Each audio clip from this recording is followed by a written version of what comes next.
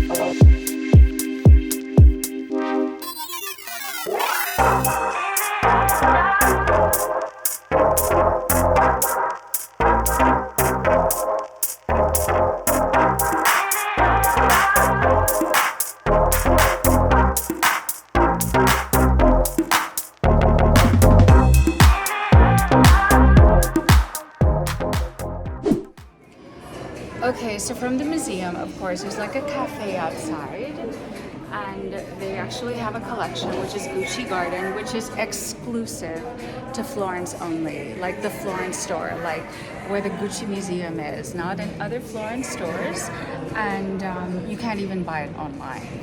Limited edition.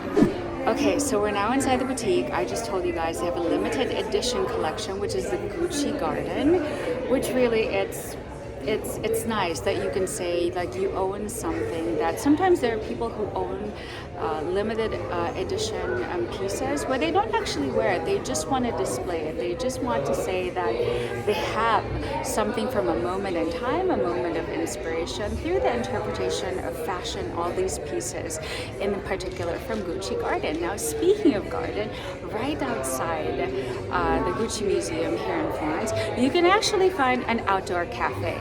And last summer, it's actually spring now, last year's summer, why don't I take you guys at that time where we had a couple of drinks, aperitivo, and find out what is exactly the difference between a Campari and an Aperol Spritz. It was such a coincidence because we are walking from Dante's little corner, if you will. You know, we were kind of getting tired and we needed a drink. And little did we know that just around the corner, it led us to Giardino 25 by Gucci.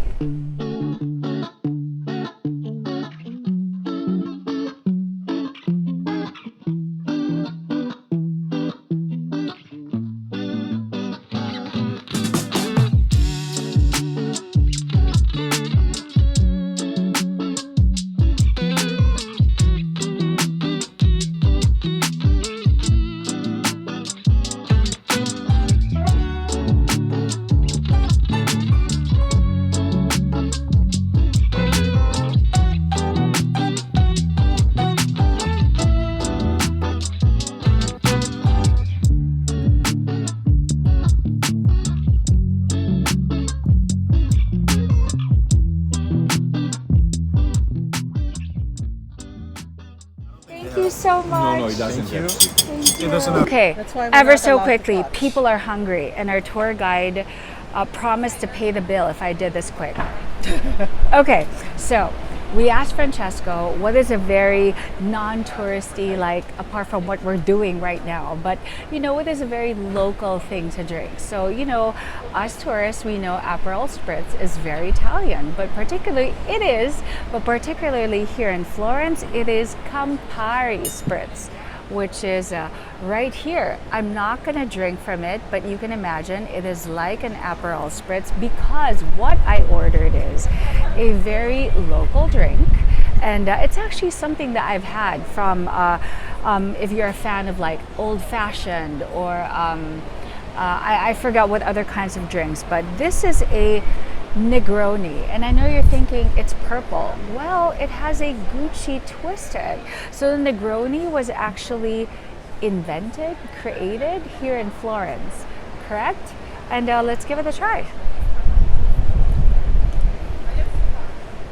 This is me on an empty stomach on a hot summer day. But because it's Gucci, it's refreshing. Very good, so couture. Cheers! This is a very Florentine aperitif drink too.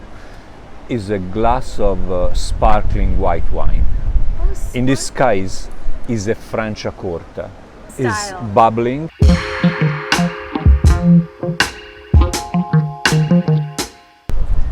It has a aroma so cool.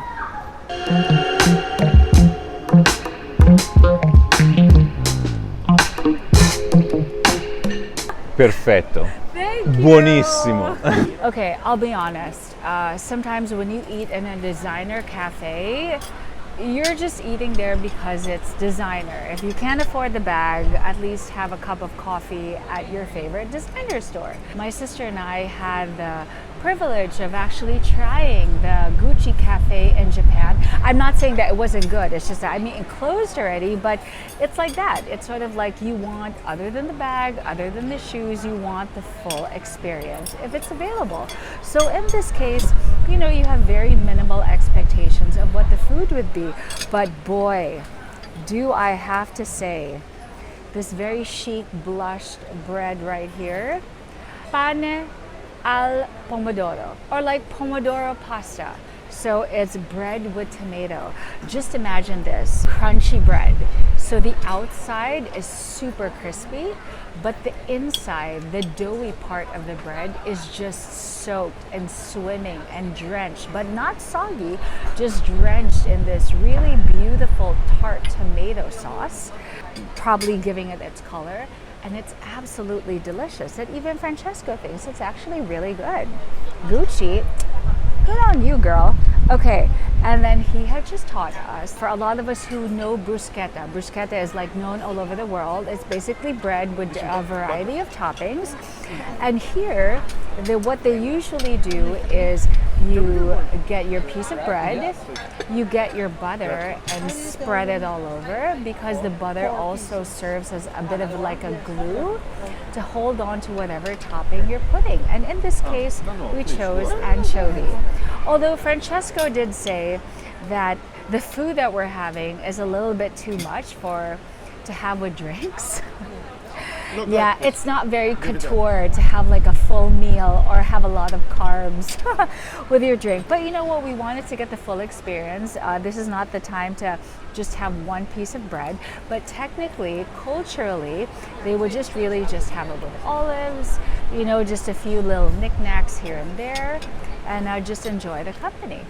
Oh my gosh, so that was so good, right? I was actually quite surprised because apparently the store attendant told us that, if you look it up online, there was a certain display that was all shoes. But this time around, when we actually went up the stairs and we saw it, literally, it was a closet of your dreams of just every Gucci bag that you can ever conceive, from top to ceiling, with mirrors all over, makes you spin around with just all the colors and the vibrance and just all the prints and the fabulousness. Apart from that, they were actually saying that they actually changed the display through the seasons, because, you know, if you ever want to come back and see something else different, why not? It keeps the people keep coming back for more.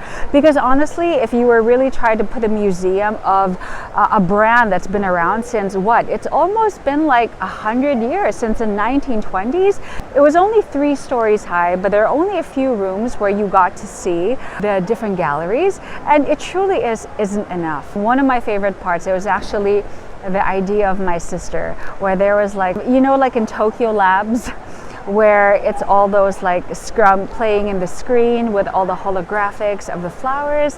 And because it was kind of hard to take a photo and you can only really see your silhouette, and my sister was like, just keep moving until the background changes. And it was actually beautiful, just playing with shapes, lights and shadows, still something so beautiful. It was truly amazing. And then seeing some of my favorite pieces, like especially that velvet suit that Gwyneth Paltrow wore at some point, I think in the 90s, and it was there. And it's just basically displaying all the different designers, like Tom Ford for Gucci, just the different chief designers or creative directors that they had through time. And it was nice. I even got to learn a lot more about Gucci and all the different designers that they had, and so much more. And I also learned that they have a special limited edition, the Gucci Garden. So I talked about it in there, right? So now, I guess that gives me reason to come back to Florence again to see what else is displayed that they're actually going to have. And I also got to show you, now you know the difference between Campari and Aperol Spritz. So, from Florence, I'm Bianca Valerio. Bye everyone!